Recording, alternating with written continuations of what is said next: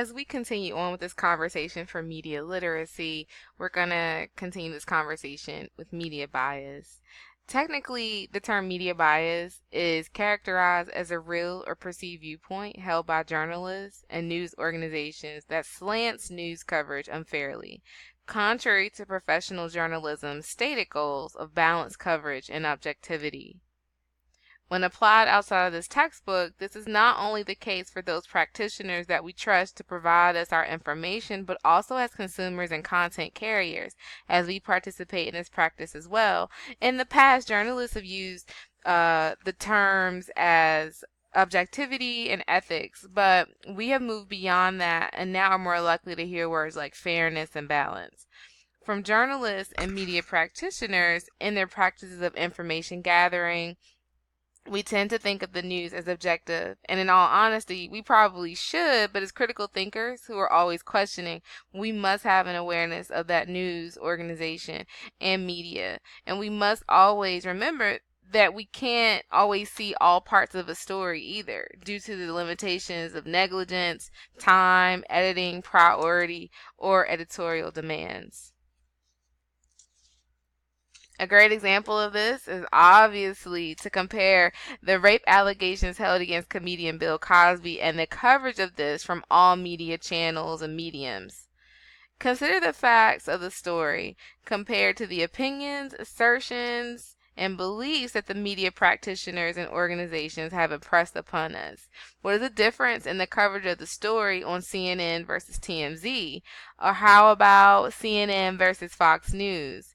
How much of what we feel about rape culture, Bill Cosby, and these allegations are fueled by our feelings, beliefs, and opinions instead of the actual facts surrounding the allegations? Also consider the memes, the digital content that's been created.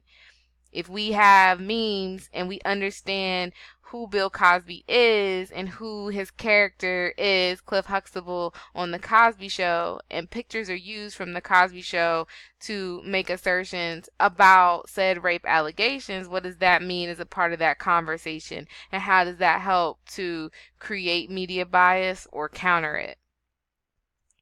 So finally, I want to talk about developing critical media skills, So given all that has been shared, we now need to consider the utilization of developing and practicing a critical media literacy skill set. So what follows is a brief guide on how to think critically about the media you encounter. Your book goes into this a lot more in depth, so I'm just going to gloss over these a little bit more as part of our review.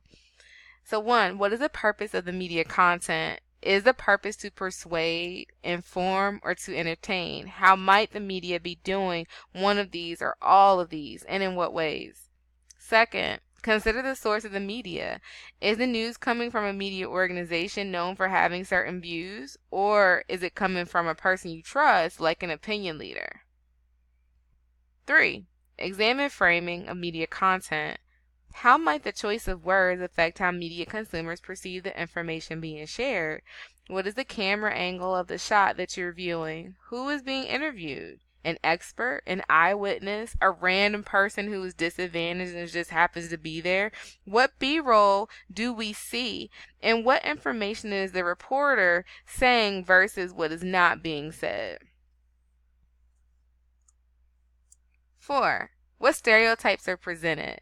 It takes practice to question stereotypes that appear so frequently that they seem natural. How could a group of people be portrayed versus what they're being portrayed as? Consider this. If you were a member of a group that is stereotyped, what is a more ethical way to shed light on their lived experiences without further marginalizing or subjugating them? 5, question the media ecosystem. Begin to identify and question stereotypes as reflected in the media environment or community of channels, both online and off, i.e. the media ecosystem. Think about who the stereotypes help and who they harm. What are the harmful results of having these stereotypes blasted through the ecosystem? Finally, make the media.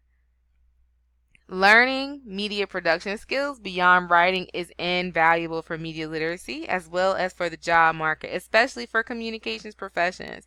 Having the ability to deconstruct or restructure a commercial, a music video, or even a news program from an alternative perspective helps you to be an active participant in challenging the common societal assumptions about the presentation of media and their messages.